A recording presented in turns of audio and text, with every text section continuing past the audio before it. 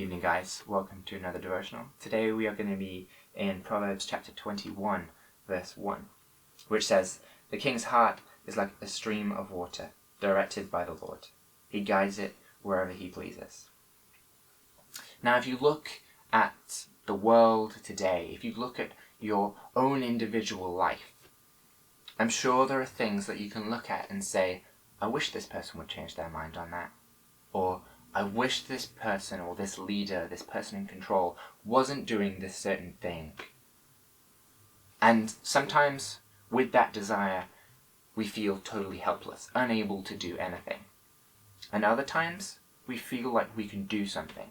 But a lot of the time, that is, I'm going to write them an email, or I'm going to go speak to them, or I'm going to contact my local member of parliament, or doing any of these number of different things to get involved to try and change the heart of someone who is in power, someone who is going to make a decision, someone who has already made a decision, because we desire that they change their mind, that they change their heart on a certain matter.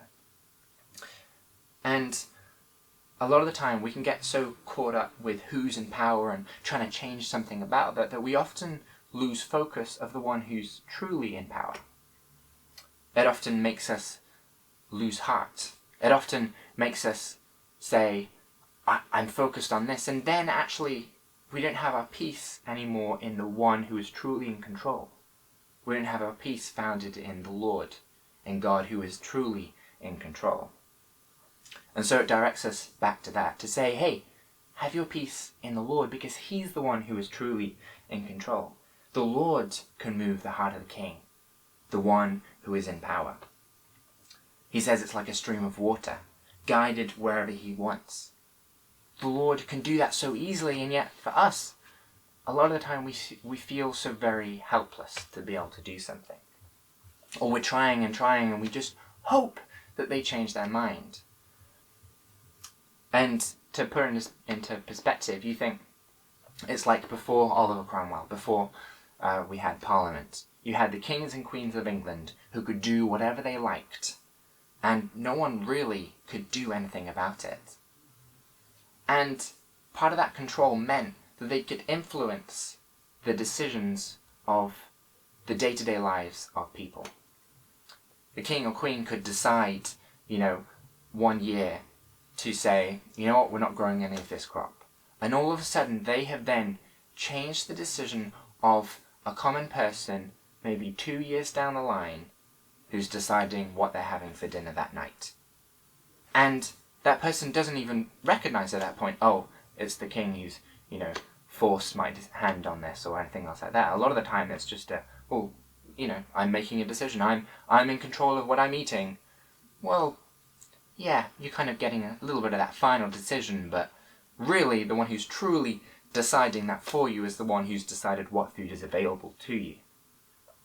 And even more so is the Lord in control of our lives. He's in control of not just the day-to-day runnings, but of everything that is going on. Everything is passing before the throne of God. And so the Lord is the one who's truly in power.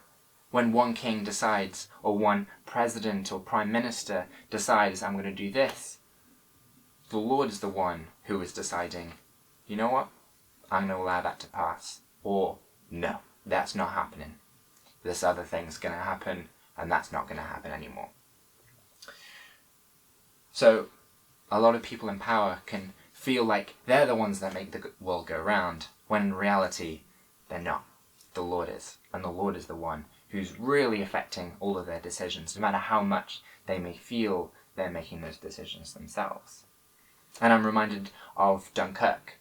You think of so if you go to English Heritage, as of me at least looking at this, you will see that it is referenced as the miracle of Dunkirk. Now, that is by the world standards. That is not even a Christian reference. That is the miracle of Dunkirk. For them to say, something crazy happened here, something extraordinary. And we know what that was. Because the one beautiful thing was that the King of England at the time, George VI, knew, okay, the British soldiers are being attacked. They are being hemmed in by the Nazi soldiers on the beaches of France. We need to go rescue them. So he calls the nation to prayer. And a beautiful thing happened. People came together and they prayed to the Lord.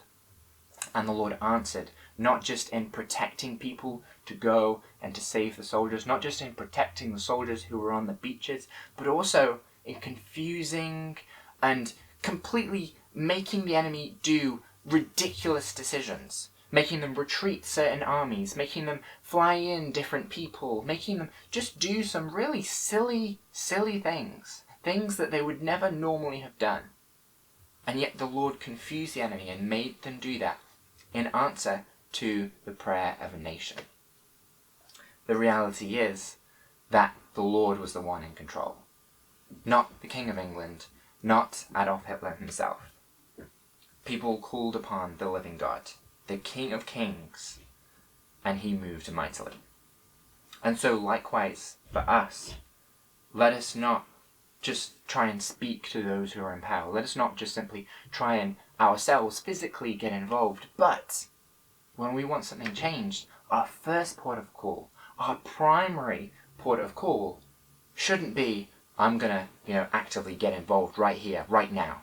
But to say, you know what, before I try influencing this other person, let me call out to the King of Kings and the Lord of Lords, the one who is truly in control, and let him deal with this situation with far more wisdom and far more power than I could possibly have, or even that this other person has, who's making a decision that I want to change, that I want them to change their heart on. So let us bring our requests to God, not only then having our peace founded in him and not in our situations or even in the powers that are the authorities in our lives, but then not only having that peace, we can bring things to God knowing that he can move the heart of the leader, knowing that he is truly the one in control. And whether it's big or small, we can actually see him answer that prayer.